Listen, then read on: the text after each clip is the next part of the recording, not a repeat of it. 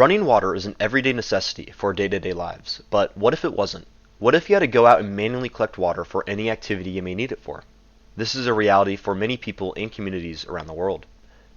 Our team, working in tandem with our client, working across vocations everywhere through service, also known as WAVES, worked to help solve this problem by designing an autonomous well pumping solution for communities of the Dominican Republic.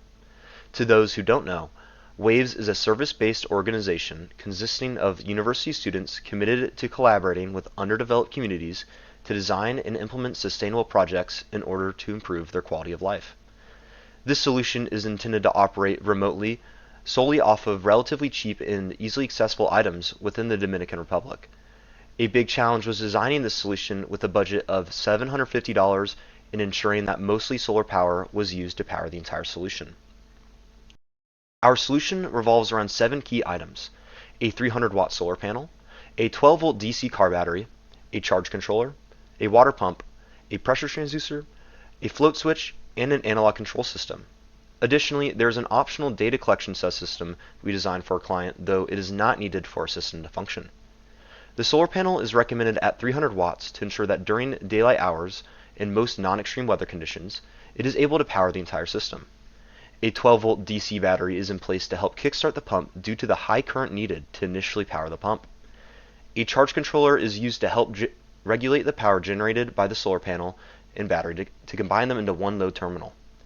A 12-volt DC water pump is chosen so it is able to run off the solar panel and reliably pump water from 5 meters below the surface to 7 meters above the surface to a water tank.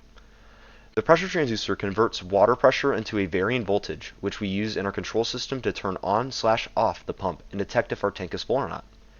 A float switch is placed inside of the water tank and is used as a secondary form of determining if our water tank is full or not. And finally, our analog control system, designed with simple logic, turns on our system based around these 3 constraints.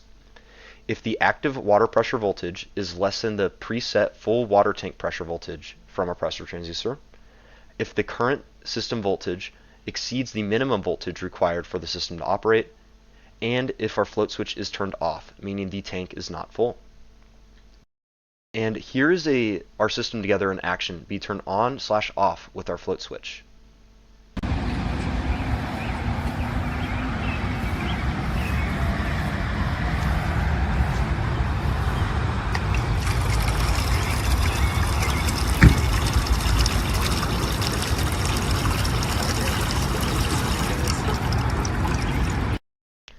As you just saw, our system works in tandem together. Now let's take a little closer look and view how everything is working. As detailed above, our solar panel and battery provide all the power needed for the system, and that is going into the charge controller, the second gray box to the right, just before the battery. From the charge controller, we have power wiring going into the gray IP65 waterproof box to the left of the battery, which is powering both the analog controller and the pump. Common ground wiring is connected as well, going to the negative terminal of the charge controller. Note that in a proper tank, the float switch will be mounted on the inside and will float to the surface of the water.